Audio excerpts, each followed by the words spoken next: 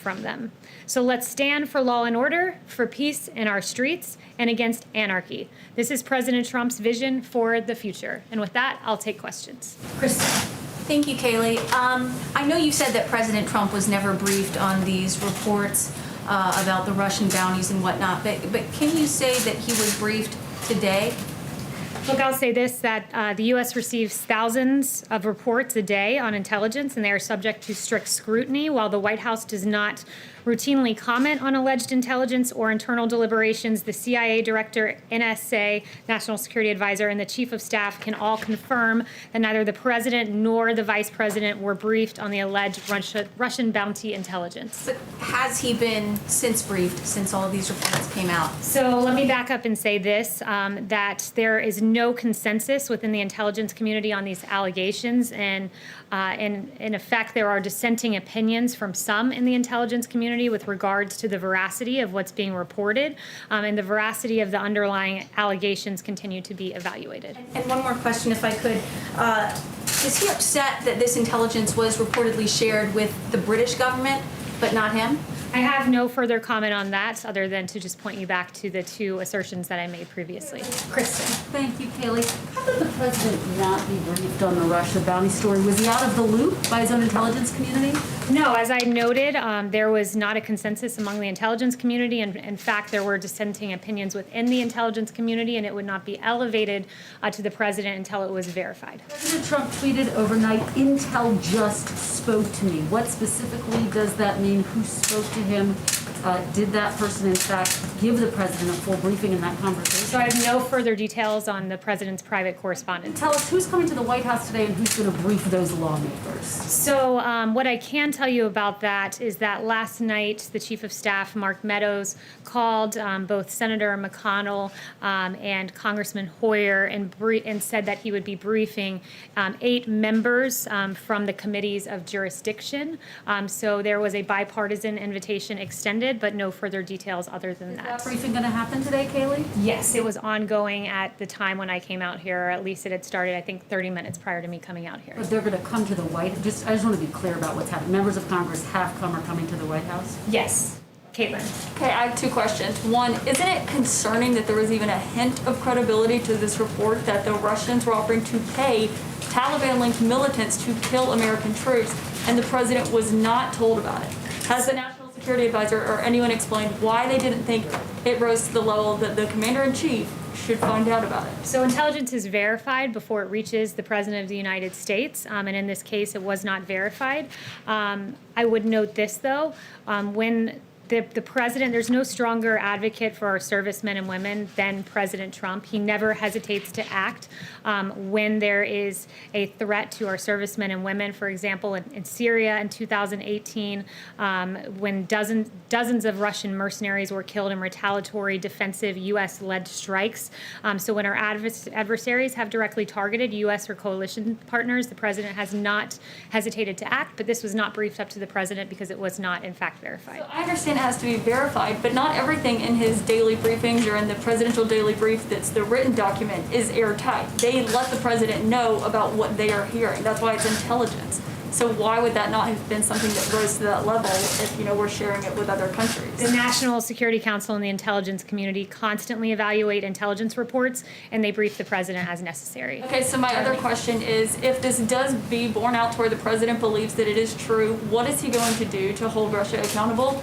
And is he still going to invite Vladimir Putin to the G7, G8, whatever he's thinking of having in the fall? I won't speculate on whether this intelligence is verified or not verified, and I won't get ahead of the president on further actions, but I would just point out that officials are not disputing that this is not true. There There are dissenting opinions within the intelligence community, and I can confirm with you right now that there's no consensus within the intelligence community on these allegations. And further, I would just point out, I won't get ahead of the president on actions, but with regard to Russia, this president has been extremely strong on Russia, imposing sanctions on hundreds of Russian individuals, expelling dozens of diplomats, closing 2 Russian consulates, withdrawing from an INF treaty, and several other actions. Disputing it in the intelligence community. I have no further notifications for you other than to tell you there's no consensus, and there are dissenting opinions from some within the intelligence community. You don't think this report is true? I'm telling you this, that there's no consensus in the intelligence community, and that the dissenting opinions from some in the intelligence community exist. Darlene. Thank you, Kayleigh. I wanted to go back to the tweet the president tweeted yesterday and then removed. This morning you said that he didn't hear the phrase white power in the portion of the video, and that when it was signaled to him that that was there, he took the tweet down.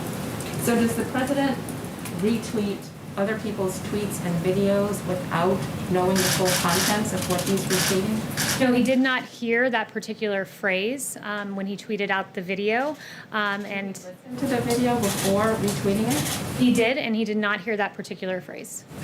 Also, given your opening, do you have any comment on Mississippi taking steps to remove the Confederate emblem from the state flag? I would say that that's a decision for Mississippi to make, and it's commendable that they took this action in a lawful manner and took the appropriate steps rather than trying to tear down statues and monuments.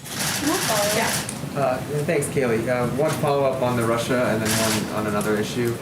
Does the president have a specific message for Moscow given these reports? A specific message for Moscow? No, because he has not been briefed on the matter. As I noted, there's no consensus among the intelligence community, and there are, in fact, dissenting opinions. All right. And on a separate issue, Jacksonville, Florida today apparently is issuing a mask order. That, of course, is where at least part of the RNC will be held later this summer. Has the president's thinking about wearing a mask changed at all, given that order and given the increased coronavirus cases in Texas, Florida, Arizona, and elsewhere? So I talked to the president before coming out here. It's his choice to wear a mask. It's the personal choice of any individual as to whether to wear a mask or not. He encourages people to make whatever decision is best for their safety, but he did say to me he has no problem with masks and to do whatever your local jurisdiction requests of you. Yes. Thanks, Kayleigh. There have been reports that some American service members actually were killed as a result of this Russian bounty. What information do you have on that? Look, again, I'm pointing you back to the fact that there's no consensus within the intelligence community. And I would also note that for those of you that are always taking the New York Times at their word, they erroneously reported that the president was briefed on this. He was not briefed on this, and neither was the vice president. So before buying into full-fledged a narrative from the New York Times that falsely stated something about the president, that you would wait for the facts to come out. And note, once again, there's no consensus in the intel community, and in fact, there are dissenting opinions from some within it. But Yeah. So you say that he wasn't briefed. Does that mean it wasn't in the PDB either? He was not personally briefed on the matter. That is all I can share with you today, is that both the CIA director, the national security advisor, and the chief of staff can all confirm neither the president or the vice president was briefed. Okay, I have a coronavirus question as well, Sure. please. Secretary Azar said that the window is closing. Cases are on the rise. This is a very serious time. Obviously, the vice president held a briefing on Friday. What is the president's message to the American people, and why aren't we seeing him publicly talk to the public, encourage them to do things to stay safe? I would note that there was a whole coronavirus task force briefing on Friday where all of these questions that the American public had were addressed. We're encouraged to see that fatalities are coming down, that this Sunday, I believe, we had our lowest fatality rate since, I believe it was March 22nd, so late March. What that signals to us is we're catching people in the communities. The people who are being infected tend to be those, as Vice President Pence has noted, half of those testing positive are under the age of 35. This means we're catching people in their communities. We're aware that there are embers that need to be put out, but these signs of a decreasing fatality, increased and enhanced therapeutics that we've identified, 4 of them, dexamethasone, convalescent plasma, and remdesivir, and one other, that they are working. Remdesivir in particular reduces hospital time by 1/3. So these things make us uniquely equipped to handle the increase in cases that we've seen. Yes, Brian. Kayleigh, there's a national conversation going on right now about the proper place of symbols of the Confederacy, statues, memorials, names, and the president has repeatedly inserted himself into this debate. And I think a lot of people are trying to understand what his view of memorializing the Confederacy is and the proper place of the Confederate flag. So a couple questions. One, Does President Trump believe that it was a good thing that the South lost the Civil War? And then two, is he interested in following NASCAR's example and banning the Confederate flag at his own events? Well, your first question is absolutely absurd. He's proud of the United States of America. Second, with regard to our statues, Americans oppose tearing down our statues. There's a Harvard-Harris poll released just last week that shows 60% of respondents said the statues should remain, and 71% said local governments should block groups from physically destroying the statues. So he stands on the side of preserving our history. The question was actually about the Confederate flag at his rallies. Is he interested in banning the Confederate flag at his rallies? That would be a question for his campaign, but look, this president's focused on taking action, on fixing problems. It's why he had his executive order just a few weeks ago to keep our streets safe and secure. That's where his focus lies, and I think that those who are tearing down statues, they do appear to have no ideology when they're tearing down statues and defacing statues of Matthias Baldwin, an abolitionist, Hans Christian Heg, who died fighting for the Union Army during the Civil War, a memorial for African American soldiers who fought in the Civil War was damaged in Boston, and a monument to fallen police officers was vandalized in Sacramento. This is unacceptable. It's why the president took strong action. It's why he has an executive order saying those tearing down statues will be punished to the fullest extent of the law. It's why 4 people will charge. He will not stand for lawlessness and chaos. He stands with the 71% of Americans who say there is no place for tearing down statues, as these anarchists are doing across the nation. Christian. That it's okay to display the Confederate flag at his events? Christian. Yeah, thanks, Kayleigh. I got a couple. First off, the president's been talking about this big infrastructure push. I'm curious if we're ever going to get a look at the proposal that DOT has been working on. And then secondly, curious if you could give us a little info on how the Phase 4 negotiations are going.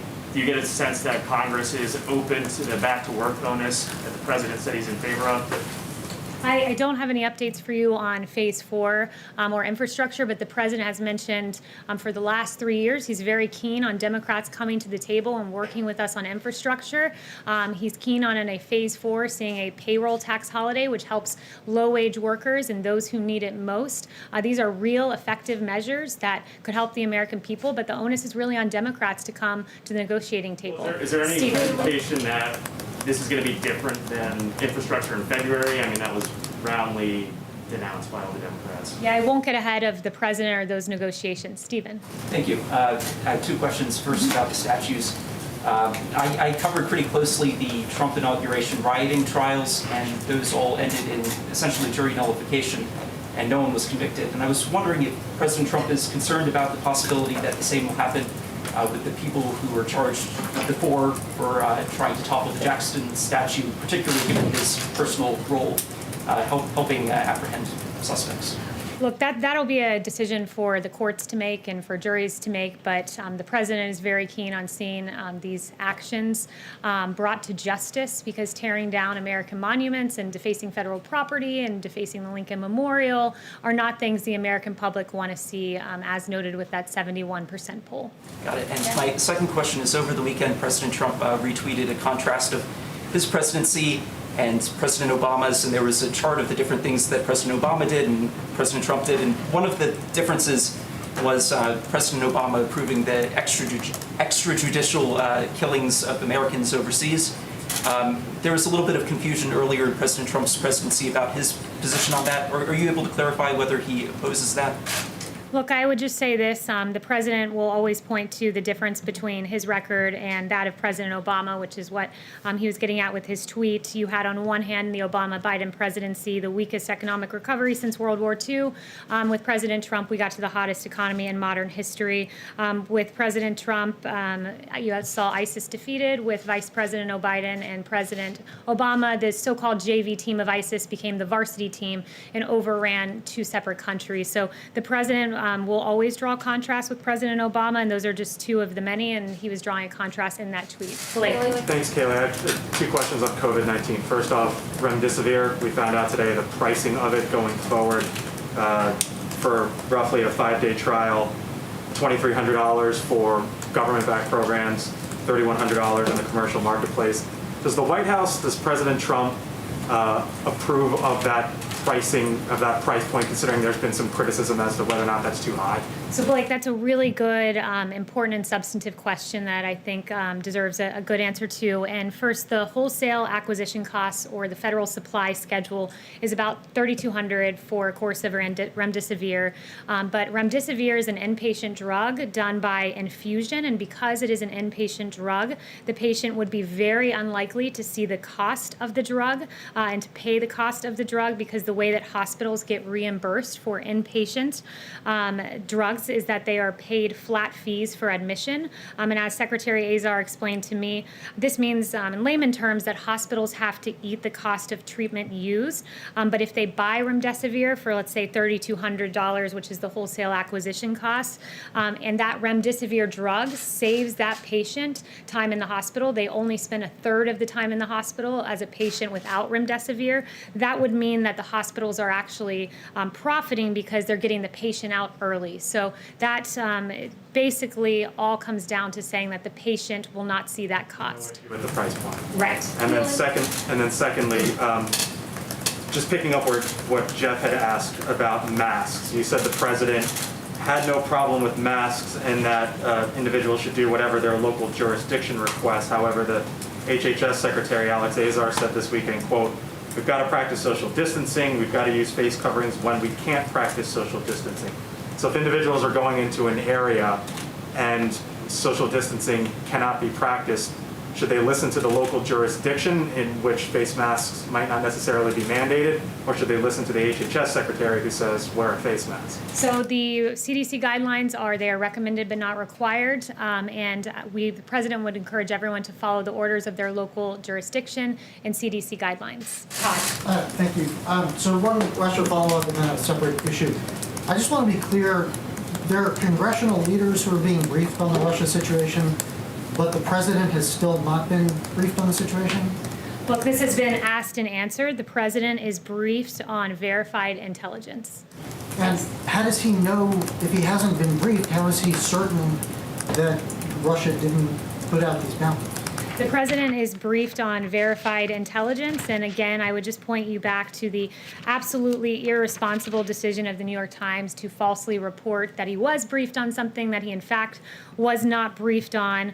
And I really think that it's time for the New York Times to step back and ask themselves why they've been wrong so often. The New York Times falsely claimed Paul Manafort asked for polling data to be passed along to Oleg Deripaska before having to issue a correction. In June of 2017, the New York Times falsely wrote all 17 intel agencies had agreed on Russian interference before having to issue a correction that it was only 4 agencies. In 2017, February of that year, New York Times published a story claiming Trump campaign aides had repeated contacts with Russian intelligence, which even James Comey has said was almost entirely wrong, New York Times.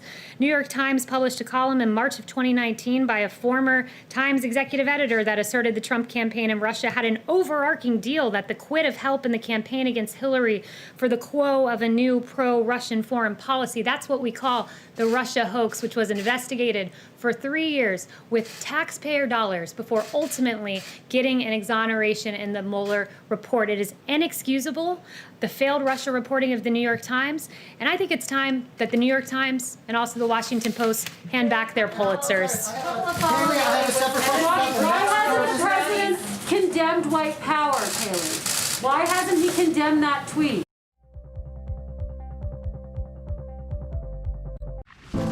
In 60 years, we went from about 100,000 factory workers to probably about 7,000. Off in the distance, you can see some factories that are still humming, but most of them are just kind of abandoned. The restaurant industry right now is one of the largest and fastest growing industries in America, and yet it continues